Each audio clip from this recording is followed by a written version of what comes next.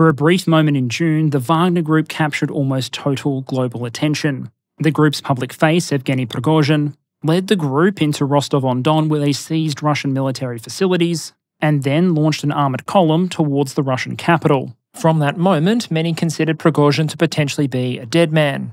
The leader of a group marching on Moscow in an act of very public mutiny now declared a traitor by Russia's president. For most observers, it seemed like the Rubicon had been crossed, and that as the Wagner convoy was gunning Russian helicopters out of the sky, Prigozhin was very much all in. Until, very suddenly, he wasn't. Rather than some final battle at the gates of Moscow, Wagner's mutiny ended in a kind of truce. And so the months of July and early August saw a man who had taken up arms against the Russian authorities, walking around seemingly very much a free man. And more than just a free man, still a very rich one, and still the head of Wagner PMC.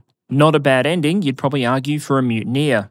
Until, that is, the 23rd of August, when a private jet reportedly carrying Prigozhin and several other Wagner leaders went down in Russia with no reported survivors. Theories on the cause of the crash were many and varied, with some alleging, for example, simple mechanical failure. However, some experts and commentators looking at the available footage and images of the aircraft have suggested one or more explosions were probably involved in bringing the aircraft down. And this was not so much simple mechanical failure as Prigozhin reaching the find out phase of his mutiny story arc. In any case, the obvious question now is, what next? Now, considering I have been waiting for Prigozhin to fall out a proverbial window for some time now, I've already got a pretty good plan on how to discuss the recent developments. First, we're going to give a little bit of background, filling in the gaps between the mutiny and now. Then I'm going to take us through what we actually know about the crash of the aircraft, with the obvious caveat that we actually know very little for sure at this point and are mostly relying on what's being reported in the Russian Western media. Then we're going to look at some of the working theories around who might be responsible, basically the whodunit section of the episode, before asking why this might all matter for the various actors involved, whether that be Ukraine, African governments, or Russia, and who the big winners and losers in Russian politics probably are. But first, I need to thank a sponsor. And today I once again welcome back my VPN of choice and a returning sponsor, Private Internet Access. Now, I think it's fair to assume that Prigozhin didn't plan the Wagner mutiny using unsecured airport Wi-Fi. Although some of the group's past experiences do make it clear that you should probably be careful about what information makes it online. That can be pretty hard when even a casual Google search will reveal plenty of cases of major data breaches. Social networks, government organizations, network operators. There are recent cases of all of them being breached and customer privacy being breached with it. Now, unless you happen to be Mark Zuckerberg or a cybersecurity agency, there's probably not too much you can do about that. But you can adopt a collection of tools and practices designed to help protect your privacy online. And one of those tools can be a VPN. Using a VPN, just 1 or 2 clicks can help conceal your IP address, reroute your internet traffic, and help protect your privacy, especially on public networks. And when it comes to issues like data breaches, Private Internet Access has a particular advantage, because they advertise an independently audited no-logs policy. And even the best hacker out there is going to struggle to steal data that doesn't exist. This probably won't save you if you insist on responding to every spam email with your full name, address, date of birth, and credit card information, but it may help shift the needle on your online privacy. The service also allows you to connect to VPN servers in 84 countries worldwide, and a subscription allows you to protect an unlimited number of individual devices, all while being available across multiple platforms and being compatible with a range of streaming services. And so if you're interested, please check out the link in the description below. It'll give you 83% off a 2-year subscription, plus 4 bonus months, all protected, of course, by a 30-day money-back guarantee. Okay, so before we get into Prigozhin's stunning fall from power, let's just fill in a few timeline gaps, getting us from the Wagner road trip to Moscow in late June through to the events of 23rd August. I won't dwell too much on the mutiny itself. I did a video on it at the time, so if you need a quick refresher, feel free to jump back and have a look at it. In summary, at the time, it looks like Prigozhin and the Wagner Group launched an operation to try and, at the very least, take Gerasimov and Shoigu prisoner at Rostov-on-Don. When that apparently failed, the plan seems to have pivoted into sending an armed column towards Moscow. It was a period of time that had the world watching on with sort of rapt confusion. What is very clear is that Wagner was able to take several key facilities in the heart of Rostov-on-Don, place a number of military facilities and air bases under armed supervision, and despite Vladimir Putin going on Russian state TV and declaring Prigozhin to be a traitor, and making very clear that mutineers would be dealt with appropriately, As the Wagner column grew ever closer to Moscow, it wasn't greeted with a hail of gunfire, but instead with a brokered peace arrangement. Because apparently in the Russian criminal code, the appropriate punishment for acts of military mutiny, shooting down several helicopters, killing military personnel, and threatening the capital, is receiving an official amnesty and being able to keep a lot of your stuff. We will probably never know the full terms of whatever was discussed and decided between the various parties to end that mutiny. But we do know that there were some of the claimed conditions that were made public by the various parties involved, including the Russian government. These included many of the charges against those involved being dropped, but on the understanding that Prigozhin and any of the Wagner fighters that didn't want to retire or sign up with the Russian military would instead go into a kind of exile in Belarus. We also found out that Wagner would be handing back much of its heavy military equipment, including tanks, artillery, and anti-aircraft systems. Because after the whole affair, presumably someone figured that it wasn't a good idea to let the private army roll around with pantsirs anymore. We also saw significant movements against some aspects of Prigozhin's business empire, although whether or not that was part of the agreed deal, we'll probably never know. Insofar as we can assess from the outside looking in, however, it seems like the deal had a specific purpose: to give Prigozhin enough to convince him to stop, while also limiting the ability of Wagner to pose this sort of direct military challenge to the Russian state ever again. In the weeks after the deal was struck, we got pretty mixed signals as to whether or not it was actually being fully implemented. By the end of July, however, we were hearing that Wagner was slowing or pausing its recruitment efforts and preparing to rebalance its focus and deployments towards Africa. Those operations overseas are reported to have mostly continued as normal. Meanwhile, other Wagner fighters redeployed to Belarus, including to a number of locations quite close to the Polish border, where they reportedly began serving as trainers to Belarusian military forces. That Belarusian redeployment led the Wagner Group, already registered as a management consulting firm in Russia itself, to register as an educational organization within Belarus, presumably becoming one of the world's few educational institutions that will proudly teach that the sword is considerably more powerful than the pen. Honestly, I'm now just waiting to see how the Wagner contingent goes at the first international academic conference they decide to turn up at. Wagner's presence in Belarus did create some very public concerns in late July and early August. The Ukrainian government issued public reassurances that they were prepared for any surprise offensive against their northern border by Wagner units from Belarus, while the Polish government warned that Wagner troops in Belarus might constitute a threat and may attempt things like sabotage actions. Poland didn't appear to want to take any chances and so reinforced its border with the country, while Lithuania closed a number of border crossings, again potentially linked to an ostensible Wagner threat. Given Wagner's experience with hybrid actions, this might have been understandable. But from a conventional military standpoint, you could argue that many were probably overstating the threat that Wagner troops in Belarus posed. For one, because they remained relatively few in number compared to, for example, the Wagner forces at Bakhmut, as far as we can tell, but also because by that point we had seen visual evidence of Wagner giving up much of its heavy equipment back to the Russian military. And even if Wagner had secretly retained heavy equipment or borrowed it from the Belarusian military, it's hard to imagine a road trip to Warsaw would have gone quite like the road trip to Moscow.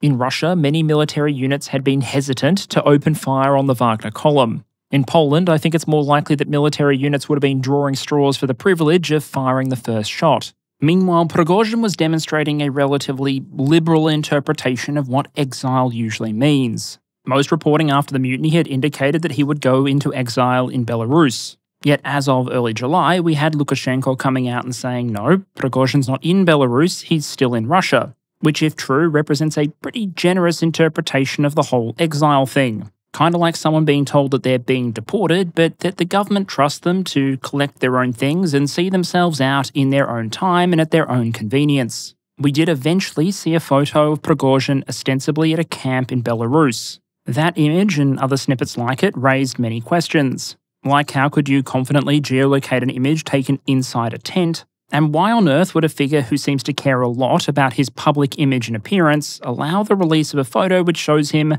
not wearing pants? Instagram unworthy photography aside, it did seem like Prigozhin might at this point be in Belarus. Until, once again, he very clearly wasn't. Prigozhin would appear, this time with pants, at the Russia-Africa summit in St. Petersburg. There, he would be photographed shaking hands with a representative of the Central African Republic. Now, while it might seem obvious, here's a brief aside on why images and appearances like this one are particularly significant. Because this is a known event, it makes us confident about the date range, the location, and thus proof of life. A photo of Prigozhin in a tent could have been taken basically any time. Unless there's some sort of extra identifiable detail or metadata in the image that's released, a photo like the one in the tent doesn't actually tell us that much. But a photo taken during the summit shows that Prigozhin was in St. Petersburg between the 27th and 28th of July, that a foreign official felt comfortable shaking his hand and smiling to camera,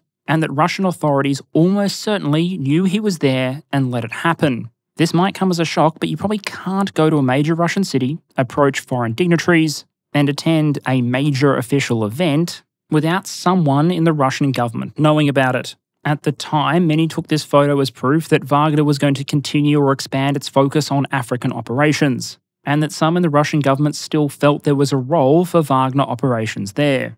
Enough of a role to justify treating Prigozhin's exile as more like guidelines than actual rules. In August, Prigozhin would then release a video in which he alluded to being in Africa. There, he said Wagner was working to make the continent more free, and that the Wagner group was recruiting new fighters. As far as I've been able to tell, this is Prigozhin's last major public video release before the events of August 23rd. For me, the interesting observation is that releases like this served, among other things, to increase and maintain his public profile. Given that it was partly his public profile and mercenary force that had made him so dangerous to many in the Russian power structure previously, I imagine there would have been some that weren't happy to see him shaking hands with officials in St. Petersburg and then releasing videos of him in Africa. But while Prigozhin was jet-setting around the world, there were also movements going on in the background. While sensationalist reporting of a Stalin-style purge were probably far overblown, we do have evidence that a number of Russian military figures were at the very least questioned in relation to, among other things, the events of the Wagner mutiny. Reassignments, vacations, and reallocations of power seem to have followed, with two of the main events being the provision of heavy weapons to Russia's National Guard, because of course the best solution to the danger posed by parallel military structures is to create additional heavily armed parallel military structures. And relatively recently, at time of recording, it was also reported that General Sergei Surovikin, a man long reported to have been something of an ally to Prigozhin, had been officially removed from his post as head of the VKS pending reassignment. If indeed that is true, it gives some interesting context to the events we're about to cover, because as head of the VKS, most of Russia's ground-based air defences, fighters and interceptor aircraft all would have fallen within his area of responsibility and within his chain of command. Which brings us to the events of 23 August, and what we actually know about the events leading up to the crash and its aftermath. Now, the caveat up front is that we actually know very little for certain at this point. What we have at the moment are a combination of some video and images ostensibly of the aircraft in question, some reporting by Russian and foreign media, as well as some social media posts on pro-Wagner accounts. And as we all know, no one would ever lie or make shit up on social media. So as I go through trying to stitch together what happened for you, please keep in mind the limitations and reliability of the information in question. Okay, so let's jump in. The aircraft in question was a small business jet, registration number RA02795. The aircraft had long been associated with Prigozhin and his companies and had gone onto the US sanction list in 2019, reportedly. On the 23rd of August, this aircraft was reportedly flying a route from Moscow to St. Petersburg, having reportedly taken off from Moscow at about 5:46 p.m. local time and assumed a cruising altitude of 28,000 feet. That altitude is significant because it would have put the aircraft beyond the range of certain short-ranged air defense systems. The other important note is that this appears to just be a regular civilian business jet, and unless Prigozhin was secretly channeling Bruce Wayne in some small way, that means the aircraft wouldn't have had any of the defensive or security features we would normally associate with certain military aircraft, or for that matter, El Al airliners. Public flight data suggests that about 33 minutes into its flight, the aircraft engaged in several erratic changes in altitude. The aircraft first climbed to about 30,000 feet, descended to 27,500, climbed again to above 29,000, and then rapidly descended below 19,000, at which point contact was lost. It's from there that we can switch over to amateur video that appears to show the aircraft spiralling towards Earth, seemingly missing some critical pieces. It's this footage, poor quality as it is, that after being examined by experts, is reported to have supported some of the theories that the aircraft was brought down by an explosion of some kind as opposed to simple mechanical failure. But we'll get back to that in a moment. Russian authorities have stated there were no survivors from the crash, and based on the video and photographs we have available to us, that certainly seems like the most likely outcome. That idea is supported by Russian reporting that there were no survivors, that Prigozhin's body may have been tentatively identified because of its missing digit, and Vladimir Putin himself issuing a short address in which he pays his condolences to the families of the deceased. Putin went so far as to call Prigozhin a talented businessman who had made, quote, serious mistakes in life, end quote, but who had also achieved results. I doubt the audience needs 3 guesses to work out what that serious mistake in life probably refers to. But the core point here is that it would be pretty embarrassing for Putin to make a speech paying respects to the fallen, only for it then to turn out that they were in fact alive. But at the same time, it's difficult to be absolutely sure. I personally can't imagine that Russian authorities are going to hand over the body claimed to be of Prigozhin or any of the others aboard to international authorities for independent identification. And in the absence of that sort of confirmation, we may be very confident that those claimed to be aboard died, but we'll probably never actually be certain. That said, I do think there are reasons to be dubious of any survivor theory or that this was an attempt to fake someone's death. If we're going to go with that theory, we need to ask who would have to be in on it to make it work, and what motivation do they have? In this case, presumably you'd need both the Russian government to be in on the plan, but also Prigozhin and his associates. After all, if the bloke started publishing TikTok videos 2 days after he was declared dead, well, that would kind of undermine the official narrative now, wouldn't it? You'd need to explain why, despite a potential agreement between the Russian government and Prigozhin to fake his death, you still have some Wagner-linked social media channels coming out and openly claiming that Prigozhin was in fact murdered. And in the event this was an attempt by Prigozhin to try and fool the Russian government rather than some elaborate hoax arrived at with them, I would have expected he and other Wagner commanders to try and get their families or their wealth out of Russia before attempting to disappear. And we just haven't seen any evidence of that. I could go on, but hopefully you get the point.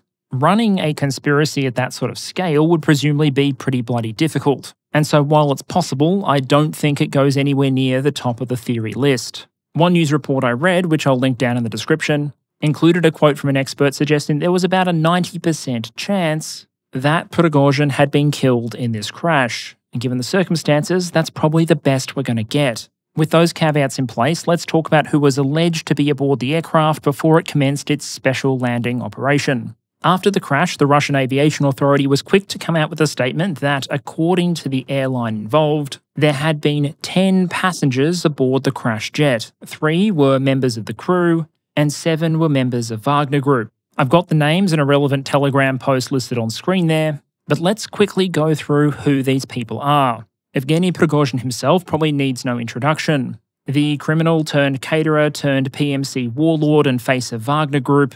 For most people around the world, this is who they thought of when you talked about the Wagner Group. It was he who had, at least in the past, enjoyed some personal access to Vladimir Putin, and who had featured in some of the most dramatic video of the takeover of Rostov-on-Don during the Wagner mutiny. Next, however, is Dmitry Utkin. Far less public than Yevgeny, Utkin has been described in a variety of ways, most often as one of Wagner's earliest founding members and commanders.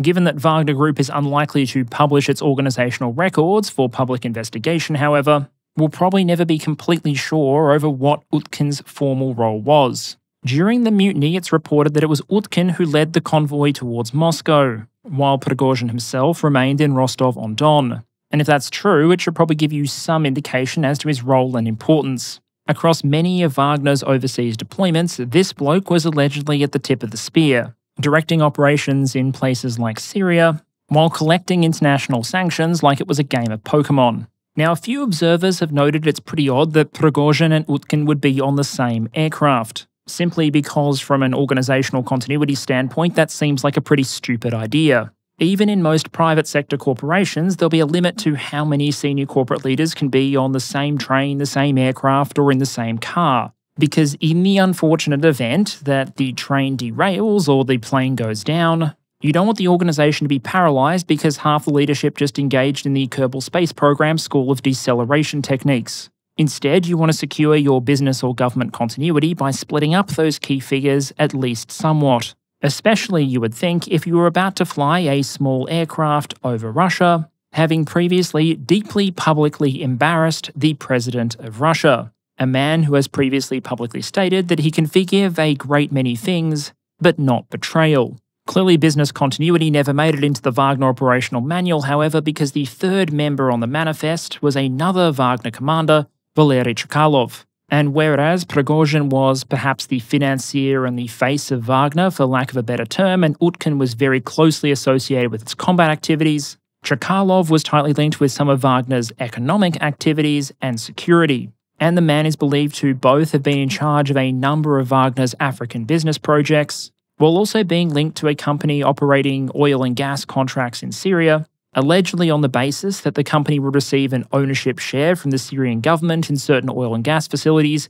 if it could ensure their security. As you can imagine, those activities were more than enough to get this bloke on the US sanctions list, and apparently a no doubt prestigious seat on this rapid Moscow-St. Petersburg transfer flight. The remaining 4 were reportedly a mix of Wagner fighters and commanders. There was, for example, a second Yevgeny aboard the plane, but this one had reportedly been present at the Battle of Kasham, otherwise known as that incident in Syria where Wagner and their Syrian allies got an opportunity to learn firsthand that the US doesn't really believe in moderation when it comes to fire support. Other members of this contingent, meanwhile, were probably serving more as a personal protective detail of sorts. So all in all, you've got a relatively dense collection of some of the more recognisable senior Wagner members, all on a single flight, which leads me again to some brief observations around that passenger list. Firstly, if that list is accurate, whoever thought it was a good idea to put Chkalov, Utkin, Prigozhin,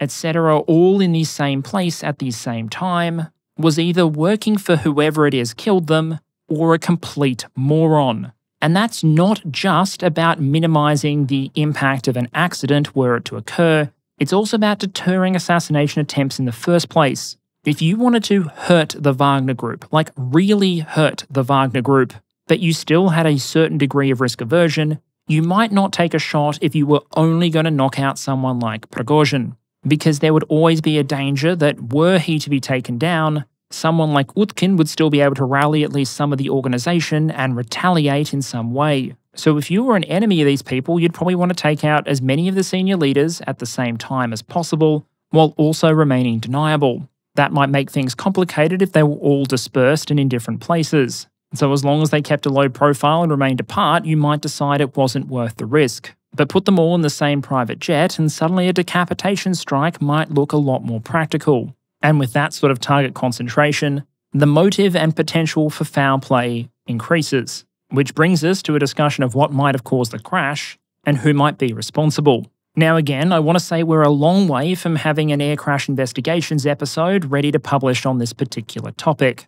Even worse, even if we were to have an accurate understanding of what exactly caused this crash at a very high confidence interval, we'd still face the difficult problem of trying to prove who was responsible, which is a lot harder when you can't just Google the incident halfway through the episode. Given the limited data available, I thought what might be useful to do first is to try and look what we know about the potential causes of the crash, and then work from there towards potential actors, acknowledging the shaky ground we're on. But just a warning about the whodunit conversation, I am going to argue later on that it almost doesn't matter. In terms of causes, I'd warn against ruling anything completely out. For example, it's possible, however unlikely it may seem on its face, that this might have been a genuine catastrophic accident. Someone backing this theory could point to the circumstantial evidence around the firm responsible for the aircraft not providing maintenance support since 2019, and some unconfirmed reports that have been circulating that the aircraft was undergoing special maintenance activities right before it flew.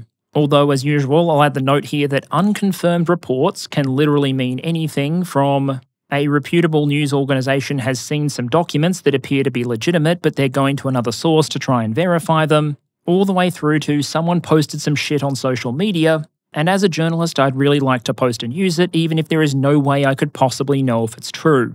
In a post-sanctions environment, Russia's ability to get spare parts and service many of its civilian airliners has been somewhat undermined.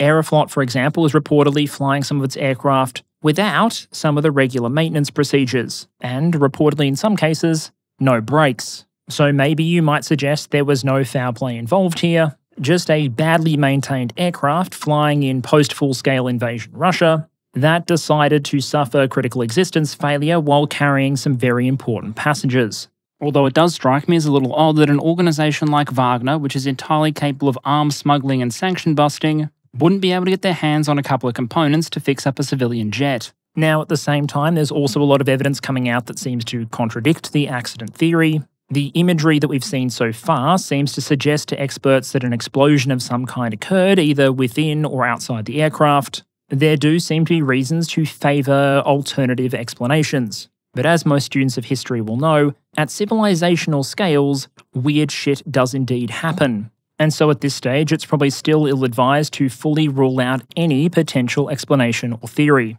Which brings us to those theories that posit some sort of intentional destruction of this aircraft. These very generally fall into a number of key categories, including air-to-air shoot-down, ground-to-air shoot-down, a bomb being placed aboard the aircraft, and some sort of mechanical sabotage. In terms of evidence to support this theory, there are a couple of things that are currently being pointed to. The first is the damage the aircraft appears to have received before it spiraled down to Earth. I'll link the best version of the video I can find in the description, but it appears to show damage that a number of experts have already said is probably characteristic of some kind of explosion. You might occasionally see aircraft maintenance standards around the world get pretty terrible, but usually not, very important pieces of the plane start to fall off level of terrible. There are also images circulating that claim to be of some of the aircraft debris. On a cursory examination, that debris shows signs of what may or may not be shrapnel damage. And some news agencies have carried reporting from some local residents claiming they heard 2 bangs before the aircraft began its uncontrolled descent. One resident is specifically quoted as saying, "I heard an explosion or a bang and I looked up and saw white smoke. One wing flew off in one direction and then it glided down on one wing. It didn't nosedive, it was gliding." End quote. And while witness accounts are generally regarded as famously unreliable in courts of law, it would be another item of evidence potentially pointing away from the accident theory and towards one where, for example, someone in the Russian military finally decided to send Prigozhin the ammunition he had long requested, albeit at a somewhat higher velocity and more armed state than he probably intended. But given the relatively sparse evidence available, I'd say that a bomb, sabotage, or various sort of missile attack all remains possible at this point. And if you're looking for evidence that helps narrow down the specific explanation, you're probably going to be waiting for some time. Before moving on, however, I will add a brief bit of speculation, specifically by having an if I did it style interlude.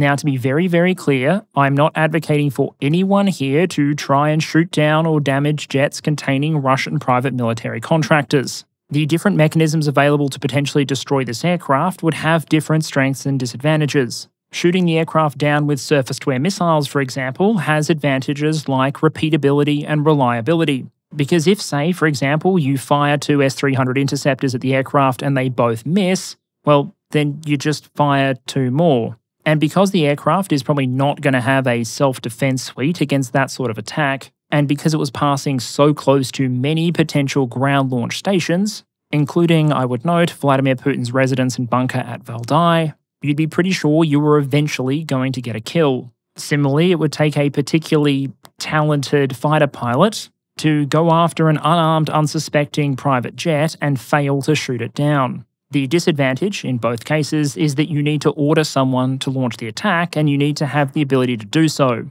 That limits the number of potential culprits. And if someone is able to decisively prove, for example, that SAMs were used, then it's going to be pretty hard to point the finger at anyone not you. The mafia or Ukrainian saboteurs may be well armed, but they probably don't have S-300s or MiG-29s inside Russia. So if you're choosing that method of shoot-down, you're almost choosing to deliberately send a message. You're embracing the reliability of the shoot-down in exchange for the fact that people may be even quicker than otherwise to point the finger directly at you. Placing a bomb on board, by contrast, is more deniable and potentially an option available to far more actors. All you really need is a bomb and someone willing to put it in place, which is far lower as a barrier to entry than trying to get your hands on a fighter jet. As a result, it's also more deniable because it could be almost anyone. The complication, however, comes in reliability.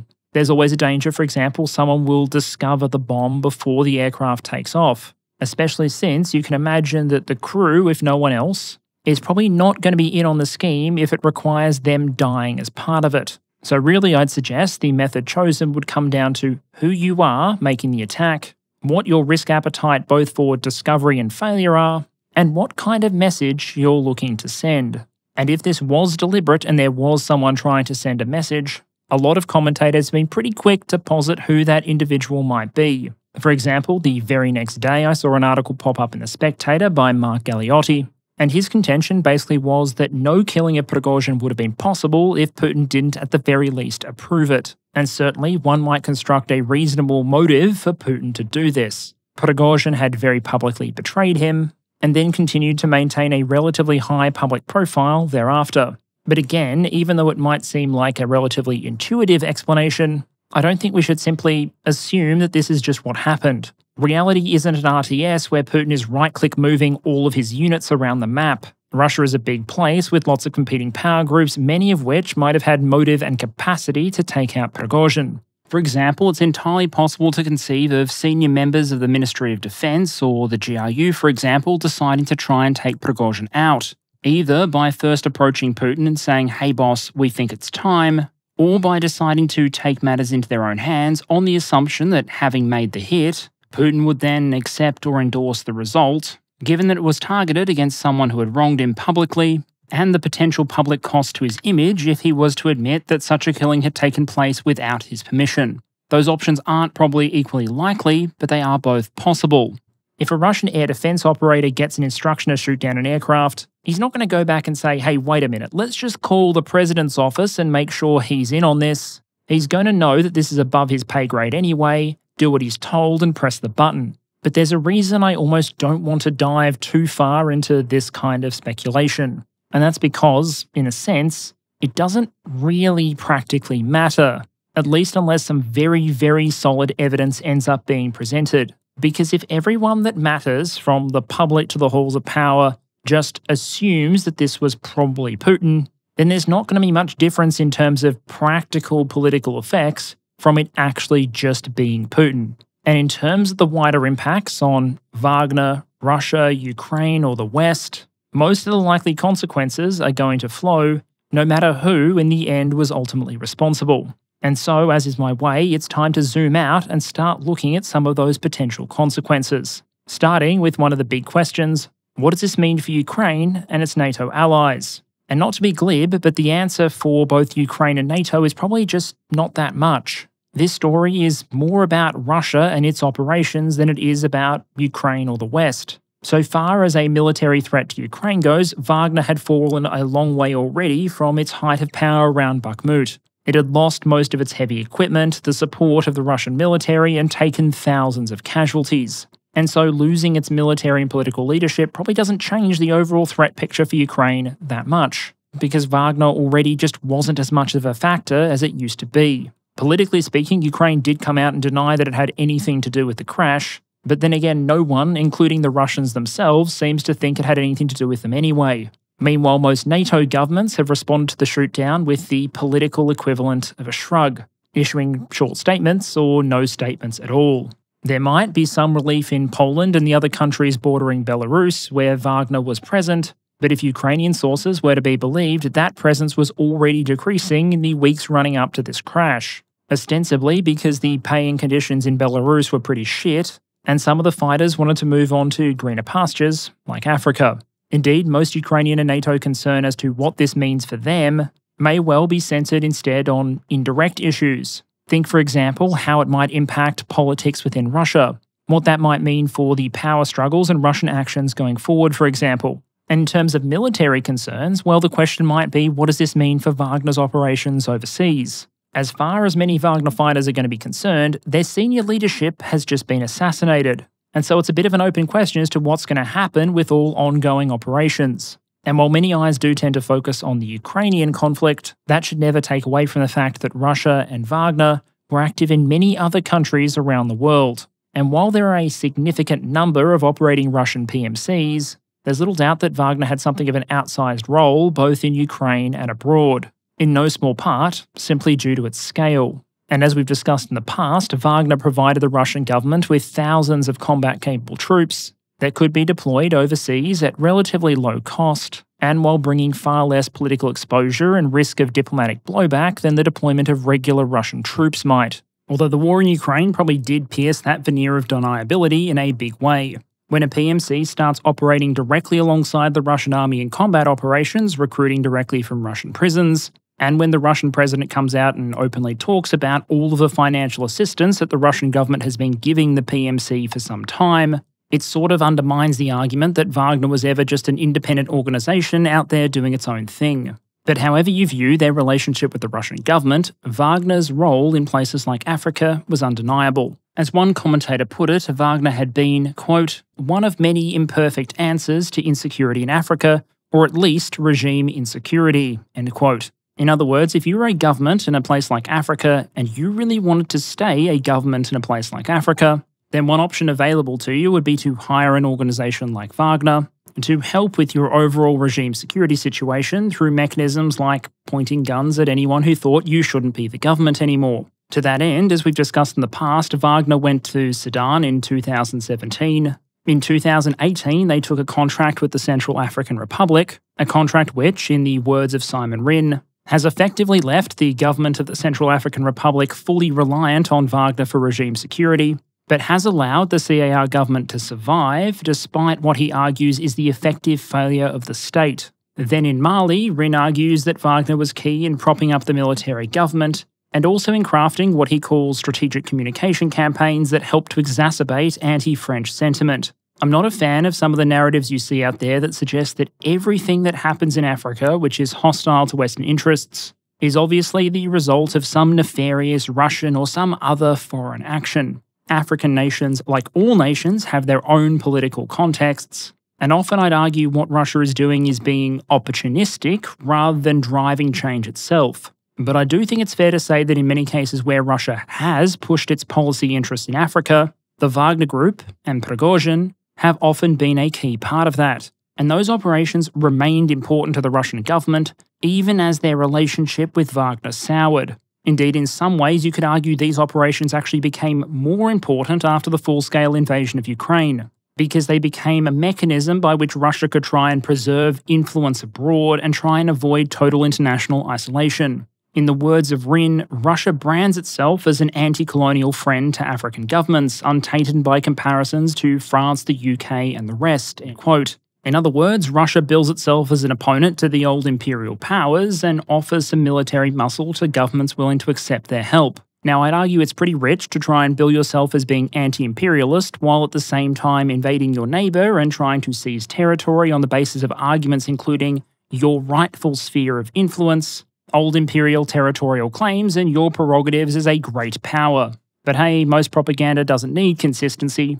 And Russia doesn't have the same imperial record and legacy in Africa that it does in places like the Baltic states, Finland, Central Asia, or the Caucasus. And so there is room for Russian narratives to have some play in certain African states. And the offer of security assistance is going to be attractive to many of these governments. So attractive and important, in fact, that even after Prigozhin decided that he really liked the look of some Rostov-on-Don real estate, Lavrov came out after the mutiny to reassure countries like Mali and the Central African Republic that Wagner's work in both countries would continue uninterrupted. Forget the whole traitors to the motherland thing, the show must go on. And while there were reportedly some incidents in some locations between Wagner troops and Russian regulars, in mid-July, 500 new Wagner troops are reported to have arrived in the Central African Republic for a scheduled rotation as normal. Were any of this work to be significantly disrupted, Russian interests would be disrupted with them, which is relevant not just for ongoing operations, but also potentially some flashpoints that are currently in motion. If you want just one relevant pressing example, look no farther than Niger. I haven't done a video on the situation in West Africa, but here, just for the moment, are some cliff notes. In late July, the internationally recognised president of Niger was arrested in a military coup. And in a proof that some human traditions are truly timeless, The coup was led in ancient Roman tradition by the Presidential Guard, the commander of which then declared himself the country's acting leader. This ancient act of personal career advancement was very poorly received by most of Niger's neighbours, and in particular a majority of members of the Economic Community of West African states, the most powerful of which is clearly Nigeria. Almost immediately, the prospect of these countries intervening to restore the original government was raised. And while arguments have gone back and forth within a bloc, a standby force has been raised for a potential intervention. Now, if you're a coup leader in one of the world's poorest nations, and you're trying to deter a bloc which includes some much more powerful nations, particularly Nigeria, from intervening, then having some muscle is going to help. And so reportedly, one of the actions the coup leadership took in early August was to reach out to Wagner Group requesting some potential support. Wagner, after all, could potentially bring trainers, advisors, advanced equipment or combat troops to serve as a potential force multiplier. Now, whether or not it would have been in Russia's best interest to respond positively to that request is very much debatable. But had an opportunistic intervention been deemed to be in Russia's interests, Wagner would usually have been one of the best tools to do it. Or at least it would have been before the events of the last few days, which, as you might imagine, might have some disruptive impact on Wagner's ongoing operations. The potential impact of any Wagner operations being disrupted in overseas theatres is one of the reasons why I think the narrative that focuses on Prigozhin alone might be missing some of the point. Instead, I think it might be worth putting a little more focus on some of the other reported casualties, specifically Utkin. While the full details of his role in the organisation are very obviously unknown, it certainly seems like Utkin may have been even more deeply involved in the military side of Wagner's operations than Prigozhin was. After all, while it was Prigozhin releasing speeches or making video appearances, at some of the points where Wagner reportedly faced its greatest battlefield challenges, it was reportedly Utkin who was present and issuing instructions. In other words, while he may have been partially or completely nuts, Utkin was something of a technical expert on the military and operational side of Wagner's operations. And as most people who have worked in a large organisation probably know, there are times where losing someone like a CEO may be far less impactful than losing a couple of department leads or senior technical experts. Without Prigozhin, you might argue, Wagner is potentially a product, a company looking for a potential buyer. Without its collections of veterans and commanders, however, it'd be about as easy as a taxi firm that didn't hire any drivers. With the loss of Utkin, it's not certain which way the other commanders in Wagner will go. Will they continue with their original mission? Will they walk away? Or will they do something overtly hostile towards those they believe just wiped out their leadership? When it comes to where other Wagner commanders, I'm thinking of people like Ivan Maslov here, stand on this particular series of events in the coming weeks, only time will tell. But I can't imagine it'll do great things for ongoing Wagner operations. Similarly, I think there are a lot of open questions around how the rank and file of Wagner will respond. Do they simply go along with what has happened? Do they seek new employment? Do they retire and fade away? Or do they get angry? So far, it's pretty hard to tell. We've seen some small things like impromptu shrines popping up, but at the same time, no sort of spontaneous armed uprisings. How these fighters choose to respond to the recent events is going to be critical to the impact on Russian operations abroad. After all, the product a mercenary organisation offers is ultimately its people. If the troops stick to their work, then maybe a change in leadership won't matter that much. But if they walk off the job or start getting a little bit irate, then things might start to get a little complicated wherever it is they're deployed. That leads pretty well into a discussion of what's next for the Wagner Group itself. From a legal standpoint, Wagner was always an interesting construct, directly financially and militarily supported by the Russian government and the Russian military, used as an active implement of Russian state policy, but always, nonetheless, existing in a state of political and legal ambiguity. Given the unique political and legal context of its creation and operation, I don't think we can really be anything like certain about what the future of the group is. But for the sake of illustration, we can draw together some example cases. One option would be to try and keep Wagner as a group intact, but simply place it under new management. Ignore the fact that some of the employees think that the old boss was probably murdered, and just bring in a new boss, one who can be considered politically reliable, and tell them to get on with the job. That might have the advantage of allowing the Russian government to co-opt the existing reputation of the Wagner Group, for better or worse, and potentially cause the least disruption to ongoing international operations. You could interpret, for example, the recent reporting that Putin has asked Wagner members to sign an oath of allegiance as preparation for this sort of maneuver. And if you were looking for potential candidates to lead some sort of takeover, I'd probably look, for example, at the GRU. Utkin himself was ex-GRU, and Wagner shared some facilities with that organisation. Plus, if handled correctly, this could bring Wagner under much closer MOD supervision without breaking the organisation up. The problem, of course, is you end up leaving Wagner intact, with a bunch of colleagues who may hold a grudge, still under the same roof and still very heavily armed. Another option would be to try and absorb Wagner, its personnel and its resources, into another PMC or organisation. Remember, this is something that has arguably already been tried. One of the potential motivations for Prigozhin's original mutiny was the fact that the Russian MOD had brought in rules saying that all Wagner fighters would have to sign contracts directly with the Russian Ministry of Defense. And even after the deal was struck to end Prigozhin's mutiny, one of the options specifically given to Wagner fighters was, instead of going into exile or resigning, to accept a contract with, you guessed it, the Ministry of Defense. So in this kind of scenario, you'd expect to see Wagner's resources absorbed either into the regular Russian military or into some other PMC or combination thereof. The advantage is you'd be breaking up the organisation, limiting its threat by spreading its personnel all over the place. While the disadvantages might range from losing any of the existing unit cohesion within Wagner, to spreading a bunch of ex-mercenaries, some of whom might still hold a grudge, across your organisation and again giving them access to new weapon systems. Russia obviously would benefit from being able to repurpose trained and experienced manpower, but going to a veteran soldier and saying, hey, I shot your boss and your commanders, here's a tank, you work for me now, may end up working out fine, but probably isn't a foolproof strategy. Finally, Russian authorities might simply choose to acknowledge their losses and replace Wagner in most of its existing roles. After all, this has already been successfully done in Ukraine, where the regular military took over the work that Wagner used to do. You could potentially withdraw Wagner fighters from their overseas deployments and replace them with members of other PMCs or potentially even the regular Russian military, because obviously they don't have anything else they need to be doing right now. A full replacement would allow the Russian authorities the maximum control over the Wagner legacy. If they wanted to, they could bury it or repurpose it. By breaking up the organisation, they could limit the risk that it might pose, but at a cost of potentially disrupting its operations that are currently ongoing in a significant way. In addition, if you are talking about folding Wagner resources into the regular Russian military as opposed to another PMC, that's not really a like-for-like product. It would mean, for example, that Russia would lose some of the veneer of deniability that deploying PMCs gives it.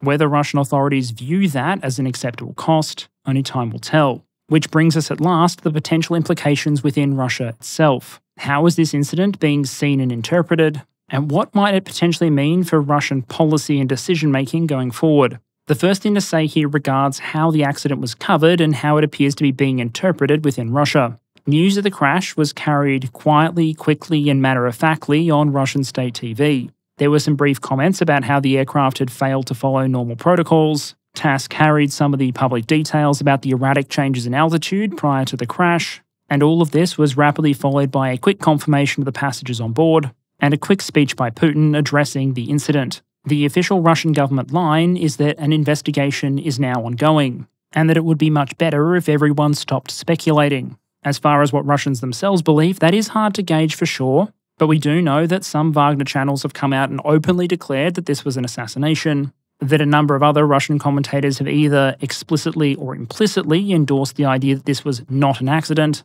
and that in the only reported informal poll I have seen since the incident, with all the caveats and dangers that come with that, the "it was an accident" option only polled about 1%. This is what I was getting at earlier when I said it almost doesn't matter what caused the crash or who was behind it, because from a point of view of deterrence or shaping behaviour, there's probably very little observable difference between people simply believing this was a murder and it actually being one. YouTube is already full of videos asking not whether or not Prigozhin was killed by Putin, but instead why. Regarding the crash, the chief editor of Russia Today, Margarita Simonyan, said that she was leaning towards, quote, the most obvious, end quote, explanation, notably without going so far as to explain what that most likely explanation was. And while reportedly a number of surviving Wagner commanders have refused to comment on the incident, we did see CIA Director Will Burns come out and say that, quote, revenge is a dish Putin prefers served cold, quote.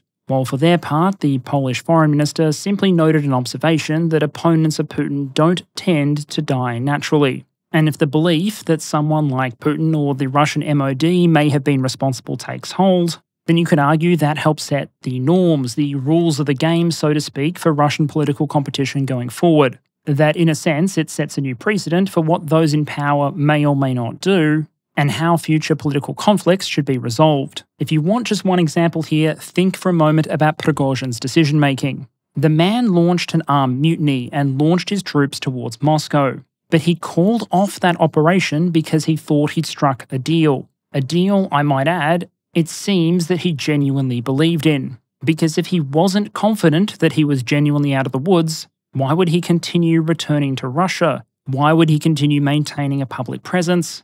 And why on earth would he put himself and several senior leadership figures on a plane and fly it from Moscow to St. Petersburg, knowing full well how absurdly vulnerable that would make him? Either he was stupidly brave, stupidly stupid, or he genuinely trusted in the fact that having struck a deal which guaranteed his safety, he would be safe, facing no other consequences from his actions during the mutiny.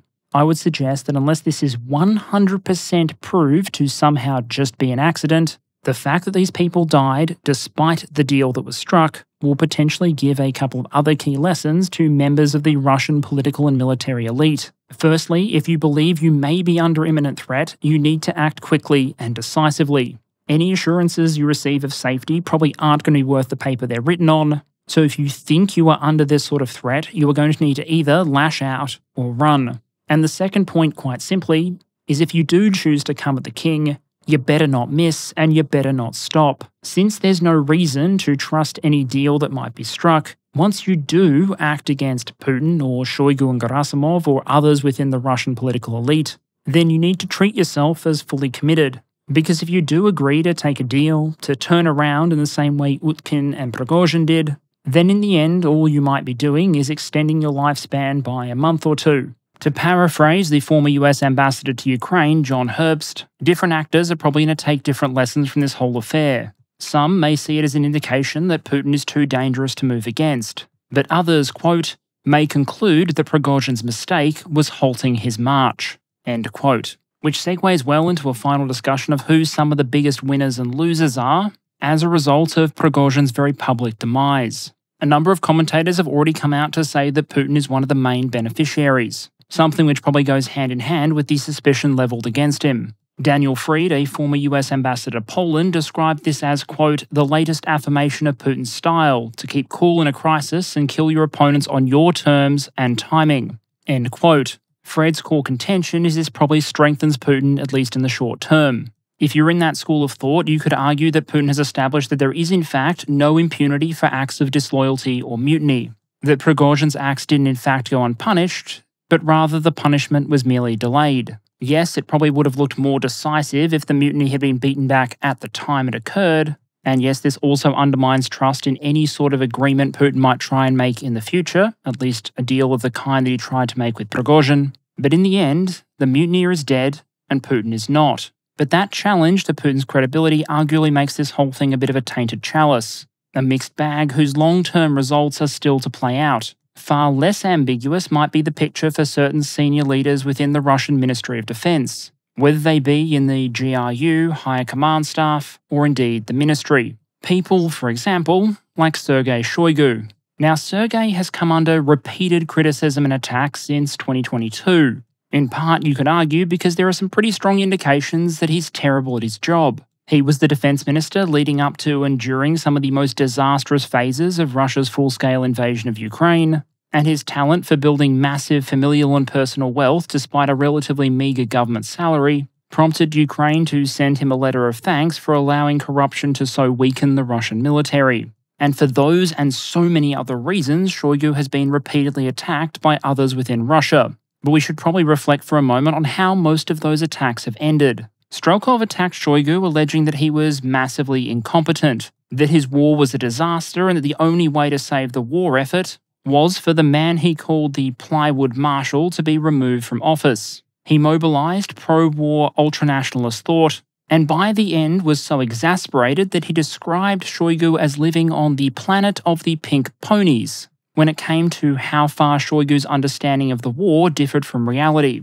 Now, Strelkov is in prison, and Shoigu is still the Minister of Defense. Prigozhin went after Shoigu and Gerasimov for a variety of reasons, denying ammunition to his troops, again allegations of rank incompetence, and heck, Prigozhin even claimed that one of the reasons the war started was simply because Shoigu wanted to earn himself additional decorations and accolades. He amassed a private army, openly denied the edicts of the Ministry of Defense, built public name recognition and reputation through the actions of the Wagner Group fighting in Donetsk Oblast, and in the end ultimately launched an operation that was probably partly aimed at taking Shoigu and Gerasimov prisoner. But how, ultimately, did that end? It ended with Prigozhin's plane crashing and burning in a field, and with Sergei Shoigu as the Minister of Defense. Indeed, you could argue this whole incident has once again made it very clear what it takes to make it in the upper echelons of Russian political power. You don't have to be very good at your job. Sergei is probably a terrible defense minister, but you do have to be very good at keeping your job and your life.